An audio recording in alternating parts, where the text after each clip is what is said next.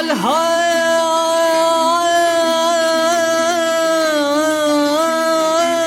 çirkin dünya Avşalın ağladı beni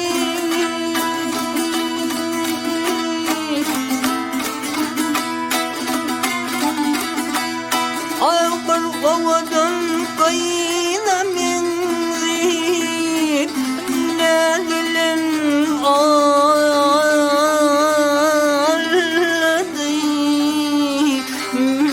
beni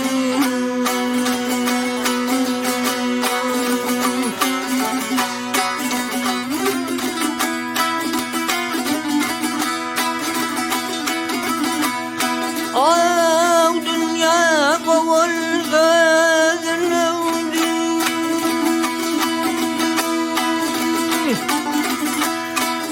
tutacak olsam, hak edecek olsam can oğlan zavdi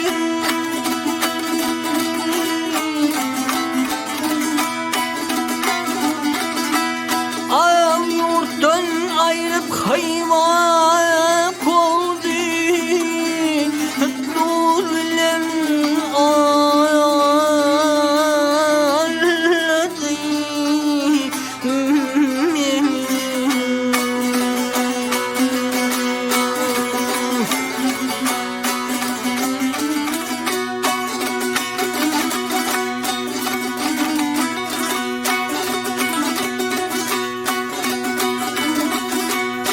Ağ dünya ulayı kayna menrab Ağlar kördüler zan oğlan onu bedel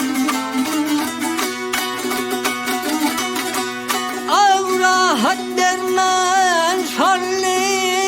alap Yülen ağladı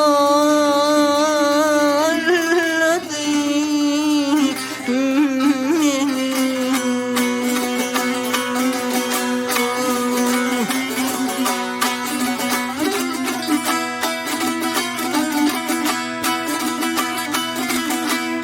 Ağ gelin çekti cevreni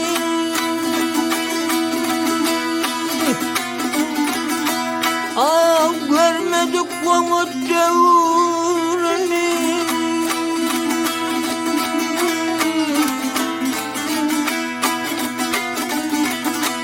Ağ yad ettirir gurvenini Bollin ağladı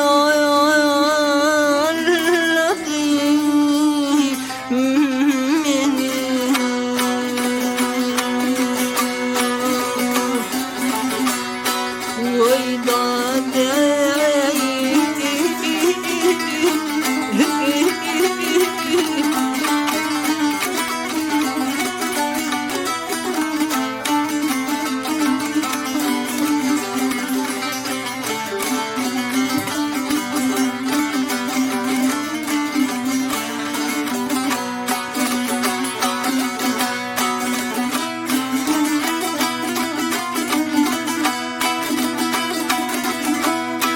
Ağ yad ettirir gurvenini